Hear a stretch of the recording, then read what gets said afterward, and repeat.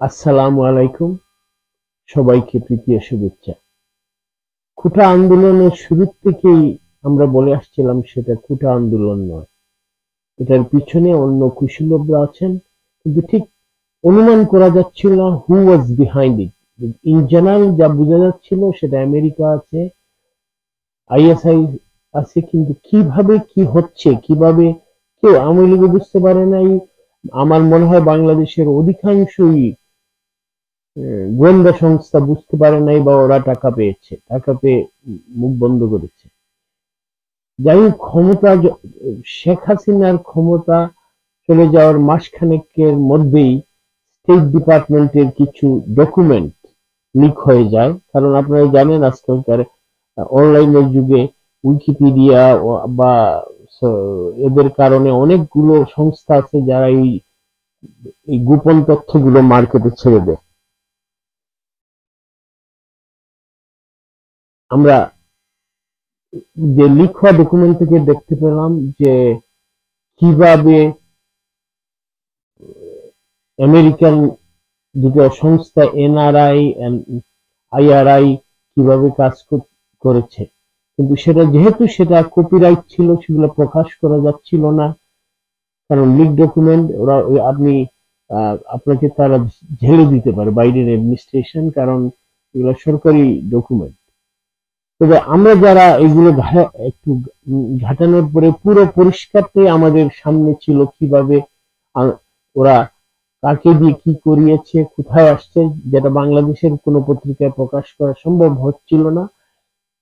বিভিন্ন অনলাইনে আইডিয়া দেওয়া হয়েছিল কি ঘটনাটা ঘটেছে, কিন্তু এতই আমাদের মানে এই ষড়যন্ত্রকারীদের দুর্ভাগ্য, আমাদের আমাদের ভাগ্য বলতে হবে। আমরা ডোনাল্ড ট্রাম্প ইলেকশনে জেতার পরই উনি কিছু পদক্ষেপ নিয়েছেন, যে উনাদের যেমন ইউএসএইড প্রতি বছর প্রায় $90 বিলিয়ন বিভিন্ন দেশে সাহায্য করে।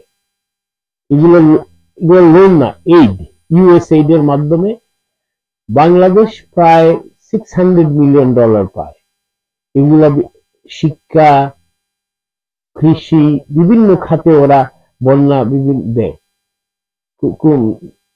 এর এই কিন্তু এই 2018 সাল থেকে টাকার 500 মিলিয়ন থেকে এটা $650 মিলিয়ন বাংলাদেশে অংশটা বেড়ে যায়।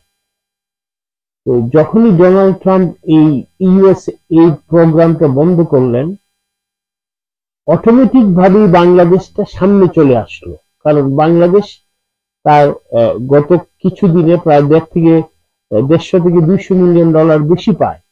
কারণটা কি? ওরা খুঁজতে গিয়েই আরো ষড়যন্ত্রের হোল থিং বেরিয়ে আসলো। কি বেরিয়ে আসলো? কারণ এখানে বাংলাদেশে প্রায় ইউএস এর এখানে আইআরআই এদের প্রায় 180 জন এইসব এনজিও তে কাজ করতো। এই বাংলাদেশের অধিকাংশ এনজিও তে ওরা টাকা দিত, এবং হাসিনা সরকারের সাথে এই আমেরিকান সরকারের যখন দ্বিমত হয়ে গেল বিভিন্ন ইস্যুতে, সেন্ট মার্টিন নিয়ে, যেটা এখন ওরা অস্বীকার করে, কিন্তু we have prove Saint Martin নিয়ে কথা হয়েছে। উনারা আমেরিকানরা 2018 থেকে শেখ হাসিনাকে বাগে আনতে পারেনি। শুরু হয় শেখ হাসিনার বিরুদ্ধে, কিন্তু উনার পপুলারিটি এমন ছিল, 70% পপুলার লোকজন, ওরা স্টাডি করে দেখলো 70% লোক ওনাকে ভালো পায়, উনি ভালো উন্নতি করতে চান। উনারা এই ইউএসএইড বিভিন্ন এনজিও এর মাধ্যমে প্রায় $200 মিলিয়ন বাজেট করলো শেখ হাসিনাকে সরানোর জন্য। আমি আসতেছি কি মানে আসল ঘটনাটা কিভাবে আরো আমেরিকান মিডিয়াতে আসলো।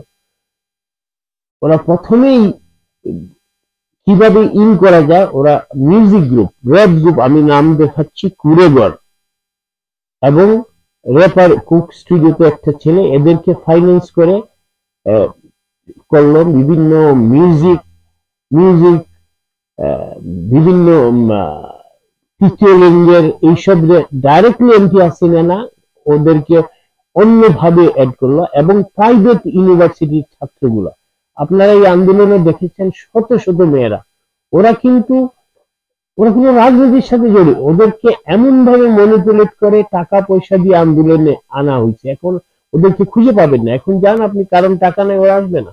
এদেরকে বুঝানো হয়েছে, যেমন আপনি অস্ট্রেলিয়া, বাংলাদেশে যদি একটা মেয়ে জন্মে বা একটা ছেলে যে ফ্যাসিলিটি পায়, অস্ট্রেলিয়াতে 10 গুণ বেশি।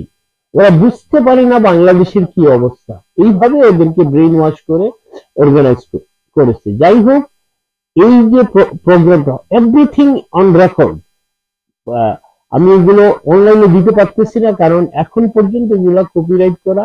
আমি লিংক দেব, আপনারা গেলেই বুঝতে পারবেন। এবং যেটা এখন, যে জিনিসটা এখন আবার এটা বেশি আসছে, আমেরিকার মেইন স্ট্রিম মিডিয়াতে এগুলো আলাপ হচ্ছে। আপনারা যারা প্রবাসের সাথে যোগাযোগ আছে বা প্রবাসে থাকেন, নিউজ দেখেন, Tucker Carlson, one of the highest paid, যিনি প্রায় 60 মিলিয়ন থেকে $200 মিলিয়ন প্রতি ইয়ারলি কামান। উনি ফক্স নিউজে ছিলেন, এখন নিজস্ব অনুষ্ঠান করেন। উনি উনার শোতে, টাকার কার্লসন, উনারা ডানপন্থী, উনার আগে ছিলেন রাশ লিম্বো, এখন টাকার কার্লসন এই শোতে সাধারণত রাষ্ট্রপ্রধান, বিভিন্ন বড়, আপনি বুঝতে পারতেছেন, সে he is the highest rated news anchor. Tucker কার্লসনের শোতে মাইক বেন্স নামে আমেরিকান স্টেট ডিপার্টমেন্টে কাজ করতেন ভদ্রলোক, এখন মানবাধিকার কর্মী। উনি সমস্ত ডিটেলস ফাঁস করে দিয়েছেন। আপনি দেখেন আমার স্ক্রিনে, আমি এই অনুষ্ঠানটা আমি দিতে পারতেছি না, কারণ ফক্স নিউজ থেকে, ওনার থেকে এখনো আমি ইমেল দিয়েছিলাম পারমিশনের জন্য, এখনো পাইনি, হয়তো পাইলে আবার হোল রেকর্ড, কিন্তু আপনি পারবেন দেখতে। আপনারা অনুগ্রহ করে টাকার কার্লসন শোতে যাবেন, অনলাইনে গিয়ে Tucker Carlson with Mike Benz, তখন হোল ইন্টারভিউটা শুনবেন, বাংলাদেশে কিভাবে ইউএসএ শেখ হাসিনাকে ক্ষমতাচ্যুত করেছে। এইখানে ডক্টর ইউনূস সরাসরি ইউএস ফার্ডের ছাত্র, এগুলো কিছুই না, এই যে সমন্বয় গুলো ওদেরকে পরে আনা হয়েছে। ডক্টর ইউনূস সেটা অবশ্য ওয়াশিংটন বলেছেন যে meticulously designed, he was part of it। ঠিক এইভাবে আরেকটা শো আছে নিউজম্যাক্স, এটা আমেরিকাতে খুবই পপুলার। নিউজম্যাক্স ট্রাম্পের অনুসারী এই চ্যানেলটা, ট্রাম্পের পক্ষে। তো ওইখানে দেখেন আপনি, ও ভদ্রলোকের নাম হলো ডেভিড হ্যারিসন জুনিয়র, উনার শোতেও এইটা বাংলাদেশ নিয়ে আলোচনা হয়েছে। কিভাবে ওদের আলোচনার মেইন এটা যে ওরা হাসিনাকে ভালো পাচ্ছে বা এটা না, ওরা বুঝাচ্ছে কিভাবে আমেরিকান ট্যাক্স পেয়ার পয়সাটা ওরা ওয়েস্টেজ করছে ক্ষমতার জন্য। এবং এখানে হিলারি ক্লিন্টনের নাম আসছে, উনার সাথে শেখ হাসিনার সমস্যা, ইট মিনস ইউনিসের কারণে। এই হলো আপনার ষড়যন্ত্রের যে স্বরূপটা, এই সমন্বয়, এগুলাদেরকে পরে আনা, উনি পরে আনছেন। আর জঙ্গিগুলাও উনার সাথে ওরা হলো প্লেয়ার। তো কি হল, ইউনূস সাহেব কি করলেন, সোনার দেশটাকে উনি ধ্বংস করে দিলেন। তবে আমাদের যে সৌভাগ্য, এই ষড়যন্ত্র শেষ, উনার ইউনূসের কেউ নাই। তবে জর্জ সরোজ, উনি এখন বয়োবৃদ্ধ, প্রায় 93 years old, অত্যন্ত ধনী ব্যক্তি, উনি এই সব কাজে ব্যস্ত থাকেন। উনার ছেলে আলেকজান্ডার সরো, এই ছবি দেখেন, উনি কিছুদিন আগে বাংলাদেশে এসেছেন, বা ইউনূস উনার সাথে ওয়াশিংটনে গিয়ে দেখা করেছেন, ছবিগুলো দেখেন। তো উনি আবার ইউএসএ থেকে 220 মিলিয়ন নিয়ে ইন্ডিয়া, পাকিস্তান, ইমরান খানও পার্ট অফ ইট। 3 জন টার্গেট ছিল, ইমরান খান, শেখ হাসিনা এন্ড মোদি। ওরা দুইটাতে সাকসেসফুল হয়েছে, মোদিতে পারে নাই। এই হলো এদের চরিত্র। তবে সৌভাগ্য, আমাদের সবার একটা ভাগ্য ভালো যে জনাব ডোনাল্ড ট্রাম্প নির্বাচিত হয়েছেন। উনি উনার দেশ নিয়ে ব্যস্ত। তবে আমরা এমন একটা খাদে ডক্টর ইউনূস আমাদেরকে ফেলে দিয়েছে। এই মৌলবাদীরা দেশটাকে ধ্বংস করে ফেলবে। আপনারা নিজেই দেখতে পাচ্ছেন প্রতিনিয়ত এদের কার্যকলাপ। তবে এই মৌলবাদীরা কোনোদিনই জিততে পারে না। ওরা কি করে? দেশটা ধ্বংস করে। তবে কি হয়, আমাদের দুর্ভাগ্য, আমাদের তার দেশের অনেক ক্ষতি হবে। তবে আমরা অবশ্যই জয় আমাদের হবেই। একটু ধৈর্য ধরুন, সাবধানে থাকবেন। জয় বাংলা, জয় বঙ্গবন্ধু। আজকের জন্য এইটুকুই।